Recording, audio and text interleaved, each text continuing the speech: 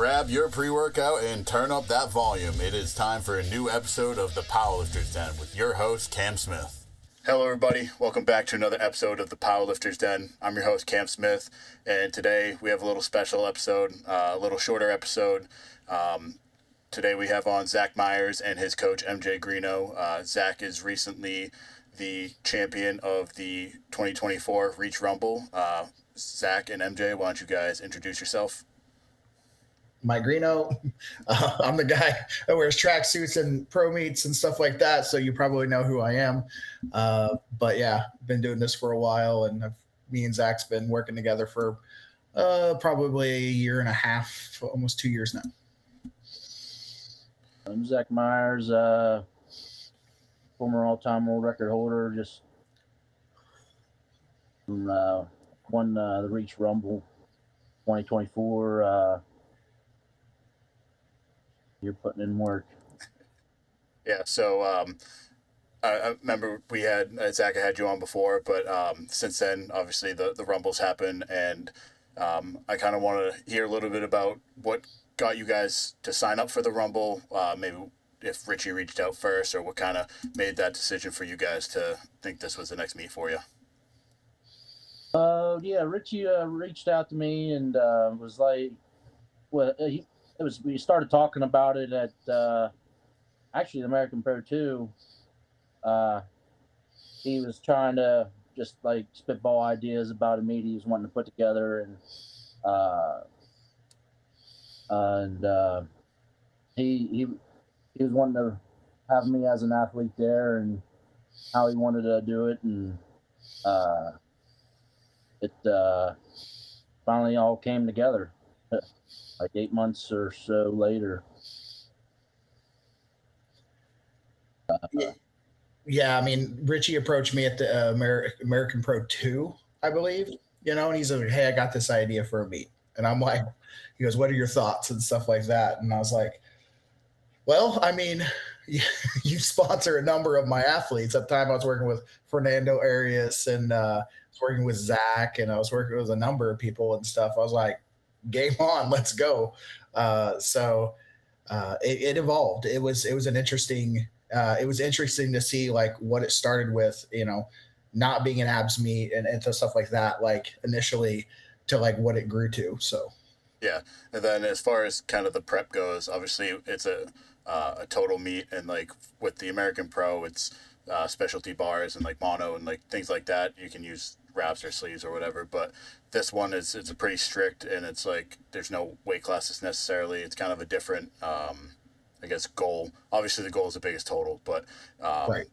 The winning the meet is the biggest total. So maybe the approach with this prep versus something normal, if you were to change it. So it was crazy because honestly, it's like Zac, you go back over a year when Zac took the 308 all-time world record last June, June of 2023, right? We were on a huge trajectory for the American Pro 2. Like we were clocking in at like 2420, 2430 type totals and stuff. And we ran into some issues. We tore our pec, and then, fast forward, we to 2024 in June, where we competed at 275. We just ran into some issues with our quad a little bit. So we kind of fought through that for like the 9 months up at that point. We knew we were doing a Reach Rumble, but we were also trying to pad that 275 world record and different things like that. So leading up to Reach Rumble, we were just trying to stay together. Like we weren't trying to make things worse. We weren't trying to make the pec worse. We weren't trying to make the quad worse. Then you add the complexities of power bar and stuff like that. And it's kind of funny because one of the big things that Zac and I worked on was his deadlift, right? And he started getting really good at it. And then the June meet, he went for an 881 pull just for giggles, right? And, it was like one of those moments where it was like, uh-oh, Happy learned to putt, type of deal. And the power bar didn't really affect Zac. I mean, other than like, it just feels, I can only imagine for him, it was like me, it feels awful to get under. because our shoulder mobility is terrible. But when we got to the meet, I mean, we played extremely conservative all prep. We didn't need to see anything crazy. I think the most we took on squat was like 830, Zach, like something like that. 815. 815. We pulled 830. I take that back. And it was kind of slipping from our hands a little bit, right? But bench, we tried to keep extremely conservative. We touched 600, 611 a few times, but we kept it at a tempo.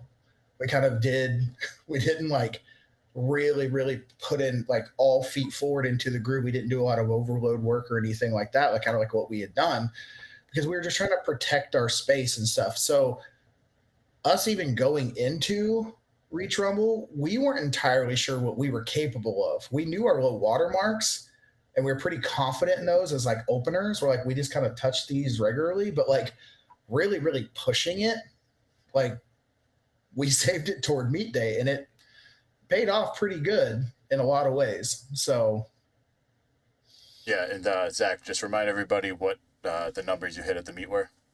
I squatted 881, I benched 617, and I deadlifted it was 832 or 837. And then as far as competing in the strict standards of the ABS meets, what let me think how to word this. Were you a fan of how it was not just run, but in terms of judging, in terms of the equipment and everything? Yeah, I mean, we're supposed to be professionals, like you always go to the standard. It doesn't really matter if it's off season, meet prep. You always have to hit the standard. So if you're always doing it, it's not hard to do it on meet day.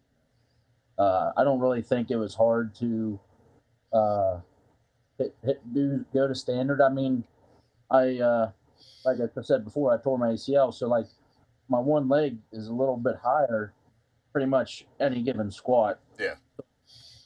My one leg is just whatever, but as long as I know if that leg's almost parallel, the other leg's definitely below parallel. So. Yeah, and I feel like that happens actually a lot. A lot of the big squats, sometimes someone has like a little injury on one side or something that kind of you'll see someone get 2 white lights on every lift, and you're like, why? What, their squat looks good, but it's just that little difference. But as far as I guess the theatrics of the meet, we'll kind of talk about that a little bit. Maybe your experience of kind of flying out there and the press conference and things. Just talk about that a little bit. Like it was really well put together. It was really put together really good, and like it was just it made you feel like you was a professional. The doing the live stream with everybody on there, and not really like poking or nothing, just kind of telling what we think would happen, like it just made it feel more professional, like you have a post game for a football game or something. Yeah. But like a pre-game, it's just it felt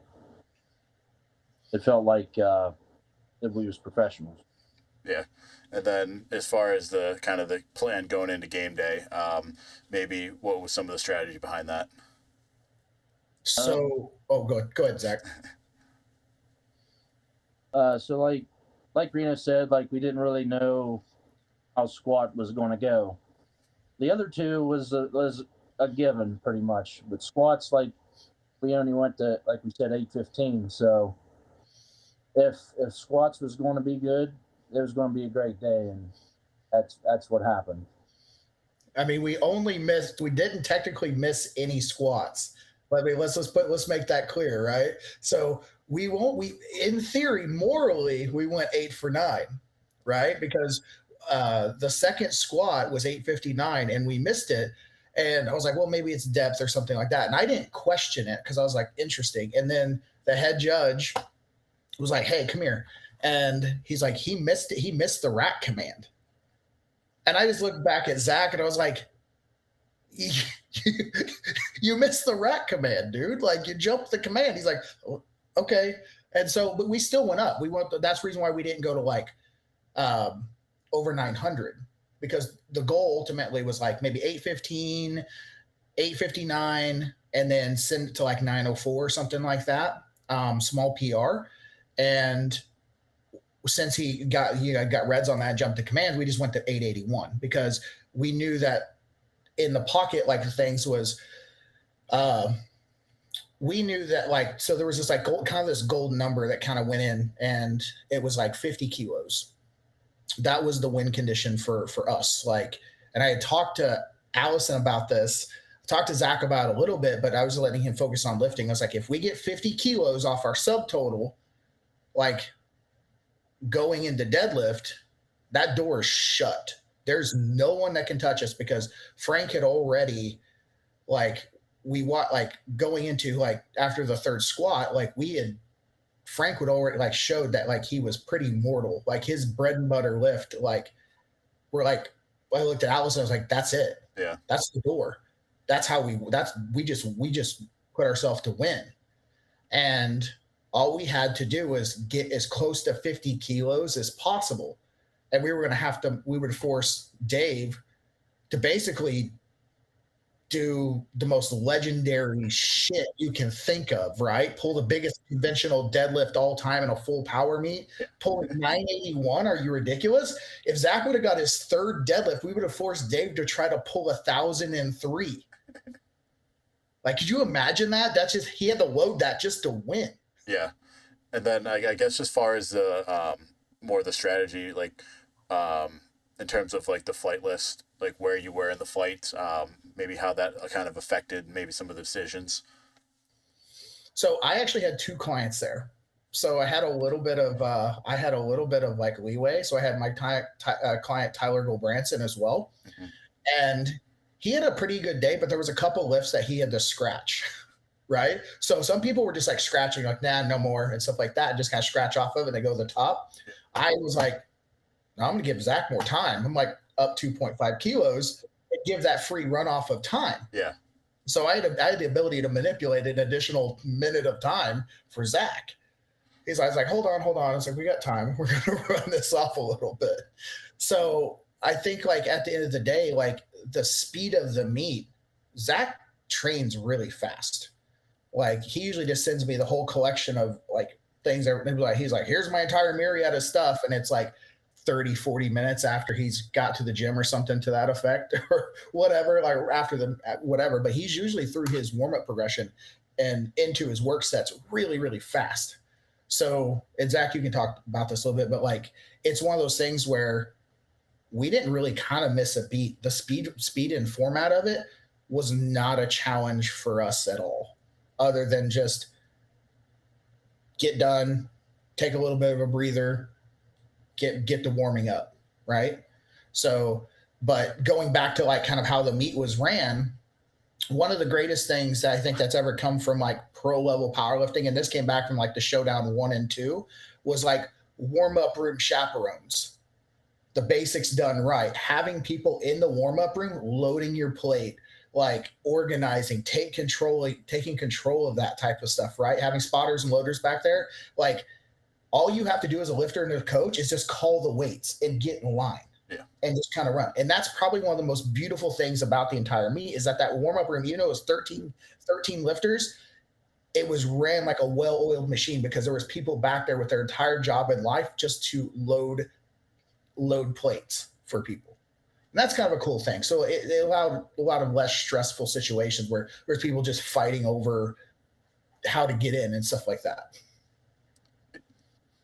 Yeah, definitely. Like that, like you said, it made it feel more like a pro level meet. You had like, I don't know, there was probably 8 to 10 people back there just spotting and loading on the warm up room.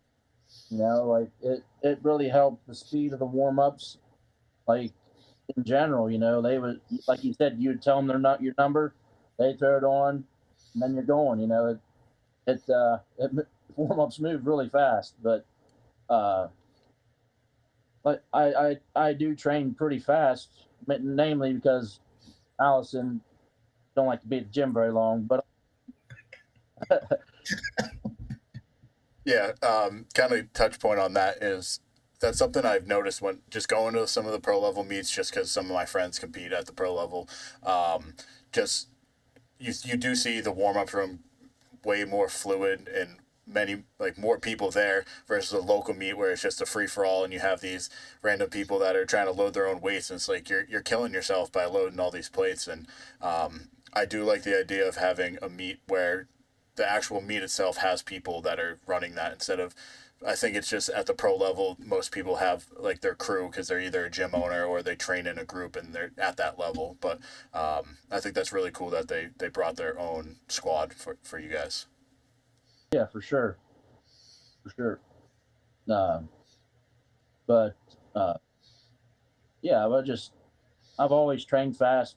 Well, I've been training a lot faster because I knew this meet, there's only going to be 13 guys. So I had to push myself just to make sure I was getting my water, getting in, and hitting the gym fast. So I would be ready in condition for the meet. But like on meet day, like I had almost 3 gallons of water. Like Jesus. I had a gallon before the meet, started at 5, and then during the meet itself, I had probably another 2.5, 3 gallon, or another gallon and a half, 2 gallons of water. Yeah, and then as far as I remember, the original roster did have a few more people on it. Do you think that almost having a few less people kind of helped you to your benefit since you're used to training at that pace? Yes and no. I mean, it would have been a lot more competitive if some of them guys was there, and it would have pushed me a lot more in Greeno, because a couple guys there that had to drop out because of injuries and stuff. It would have definitely had to be a 9-for-9 day to win. But I mean, that's the name of the game, like that's what happens. People get hurt, life happens. Yeah, and then if you guys could maybe, if you each had like your favorite moment, obviously winning was probably one of the best moments, but maybe just some of the things you saw, or maybe some of the people you met, like what were some of your favorite moments from the Rumble? Probably just lifting with like the people from Europe, Sir Dave, and then the strongest Irish coach. It was just fun to be around. They was pretty mellow, and like they wasn't all in their head.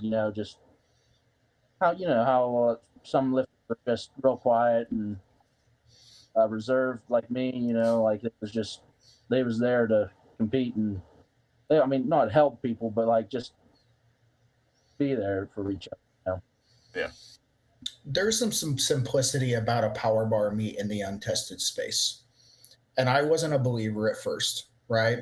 I've never been to an abs meet. I've seen them across the pond and stuff like that. And I've been in this thing for 27 years. I've seen world stages like IPF and stuff like that, but to see all 13 of those guys who's never done that before, maybe at the level that they're currently at, they could have done early in their career and stuff like that. There was something just incredibly pure about this meet. It was like untouched. And it goes back to like the last meet I would think of, that I can think of in untested space, was the Showdown 1, right? Right after post COVID, like there was like 30 people. It was limited. No one knew what to expect. It was a big money meet. People were aching to get out and do powerlifting and stuff. And it was just like these lifters were hungry for stuff. And this again goes back to Zac. There's this little 275 unassuming dude comes in and just destroys Larry Wheels' records, right? Like you're like, who the hell is Zac Meyers, right? Like this meet had that feeling. He had a bigger names at first, but all 13 of those guys, they just felt hungry for a new adventure. And that was there's something really pure about that. Mm-hmm. That's really, really cool. And it's really, really cool about powerlifting. And I don't think, unless you were legitimately there, I think there's a few people there like, yeah, this is what this is about. Like they didn't care that it was a deadlift bar. They didn't care that it was a hard challenge, that their numbers might take a hit, right? 23:35 or 23:30, whatever we got for Zac to win. That's competition powerlifting. That's all we needed to win. Yeah. Right. We didn't need to go white whale hunting and getting all-time world records. We're there for a check. Yeah. And there's something pure about that. That's like, it's pure sport. It's not, it's definitely broke the mold of typical untested powerlifting. And that felt really, really good. Yeah. And I think that was one of the cool things about the meet was just the uniqueness to it was something that we haven't seen, like you said, since the showdown, or like even like the Kern was bigger back in the day, but like the meet, just the idea of seeing these big freaky dudes trying to put up the biggest total in the strictest standards with all these flashing lights and stuff is, it's kind of like you said, it's very pure. And sorry, you can go. That the moment, but the big moment, it was like when Dave went to pull that 981. Like, I'm sitting there right next to Allison, and we're sitting there. Zach's off in the corner. He's watching and stuff. But we're sitting there. We're like, oh, shit, he's going to pull it. He's going to pull it. Like, it's past his knees. He's sitting there close, and all of a sudden it dipped a little bit. Like, it dipped. We're like, wait. And then he didn't come up with it. And, like, we just turned, like, hug each other. We're like, holy crap, we won. But it was just, like, that spirit of competition. Yeah. Like, it would have been cool if he did pull it. But it was amazing that he didn't, because that means we won, right? It's just that victory that's not a common thing in untested powerlifting. That feeling of victory is not common.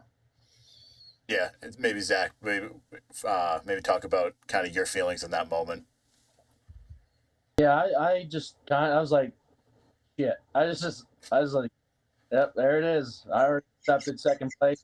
I was like, oh, okay. Then I was like, yeah, he didn't get it. So yeah, and it's funny because powerlifting is one of those sports where 99% of the time you do want to see like your competition get the lifts, but I guess this is like one of those rare scenarios where you're like, well, I mean, it'd be nice if he hit it, but like at the same time, it'd be nice if he missed it so I could take home that check. Right. I could use $5,000. Exactly. And then I guess maybe some things outside of the meet, maybe just kind of working with Reach and just kind of how they treated you guys. Maybe just talk about that. Yeah, they I mean, there was a lot of drama there at the beginning, you know, and they kind of took care of it, you know, and try to appease everybody. But I mean, you can't make everybody happy. So I mean, I think with what they did and how they took care of it and everything, I think they did a really good job, and it turned out to be a really great meet. Yeah. They gave a lot, I think, for this meet, just out of their own pockets, not let alone the other sponsors, you know. But they worked really hard to put this together. And the amount of time that they did it, like it wasn't like it was years in the making, just a couple months, you know. Like they brought together a pro level meet and a very good, very well ran pro level meet in just a matter of months. Yeah, and from what I saw, the stream was pretty cool to watch. The idea of the press conference was really cool. That gives powerlifters a personality, which most of the time, most powerlifters don't get to show their personality unless it's on an Instagram reel. And things like the spotting and loading being well executed and keeping lifters safe. Things like I kind of enjoyed the kind of all the lifters having the same singlets. I don't know what you thought of that, but I thought they were pretty cool. Yeah, I mean, it goes back to being a pro level meet, you know, like not everybody's on the same team, but they're all coming for one purpose, you know. Mm-hmm. It's just to be, for me, it's just to be better than I was, you know, but it's just, I don't know. Yeah, then MJ, if maybe from your perspective, obviously, an athlete's perspective, you're kind of being the one in the spotlight, being the one treated, I guess, as like the superstar. Maybe for you, what was some of the things that you enjoyed about how the meet was ran and just kind of the environment itself? The professionalism in which it was done. The officials Abs, Richie, like all of them were just really, really accommodating and stuff like that. Again, they wanted to see everybody succeed. They knew that it was going to be a highly competitive environment. So they allowed people like me, and they allowed the coaches and stuff like that to really kind of express that, right? They didn't, they kept us informed, they kept us going and stuff like that. But at the same time, um, you know, when it comes to some other bigger meets, not on the untested side, but maybe in like the IPF or something to that effect, like you don't get that luxury as a coach, right? You're kind of just like, you got to do it from the crowd and do hand signals and stuff like you're like on an aircraft carrier or something. But like, so yeah, it was great. So I could be in there and I could work with Zac and things like that. And I think they set it up where it was just I could keep. It was small enough, and it was well done enough, and thought out and planned well enough, where it's like you want to keep your lifters like down here so that when they need to come up here, like they can, and they're not just constantly just like overstimulated. Yeah. It was very peaceful in the warm-up room in a lot of ways, and it was a fast-paced meet, but they could wind down. There wasn't a ton of people back there just like trying to be seen with the pros and stuff like that. Like you'd have to see a person a million times, get out of the warm-up room, you don't belong back here. Cool, I don't care if you have 100,000 followers, get out here, you're not doing anything special. Yeah, it's that like that. So it was purposeful, and they showed that. And I think that's largely a part of Abs and like their crew, like knowing how this works. Yeah, and I think I'm looking forward to seeing kind of where they go in the future and kind of what they are going to add into next year's, or maybe take out to just make it that much better of a meet. Maybe right. For you guys, what are some of the things that you'd like to either see added or removed? If they could, I mean, honestly, adding ladies, of course, I think that's a low-hanging fruit. Just give me total. Yep. Give me the same format, but give me just the most ridiculous women on the planet, right? And just come. Let's just throw down. Let's play weights. I think, if you want to bring in the smaller guys, I think you do like a heavyweight and a lightweight division, right? Everything sub 220 or 230 or something. And you just let people battle it out. So you add a little bit more divisions, but that's going to take a lot longer. So that dilutes it out. I think, honestly, incrementally, just add if you're going to grab 15 guys, grab 15 girls. Yeah. Something like that. 10 guys, 10 girls. I don't know. I think that's probably the most low-hanging fruit at this point. And Zac, how about you? Yeah, I mean, I can't really say anything that I really disliked about the meet, like, or say that they could do better, but it was. I like how Greeno said it. It was really peaceful in the warm-up room, like everybody was just zoned in and just hitting weights. Yeah, I think that's a great thing to have in a meet, being able to kind of turn that switch on the platform, but being able to bring it back down and not have your cortisol levels be just at peak levels for 4 hours straight. I guess before we wrap things up here, maybe just a little look into the future. Maybe what do you guys have in store next for you? I don't know. Allison's going to compete in wraps. Yeah, I mean, that's the next goal was wraps, but that's not until August. But we'll see what happens between now and then. Yeah. Well, what was that? I don't really have a plan. Yeah, just keep training, right? So, I think we can kind of wrap things up here. Once again, congratulations, Zac, for winning. Looking forward to seeing what happens next year. Maybe you can go back and defend that belt. But thank you guys for taking the time to come on. It was my pleasure. Thank you.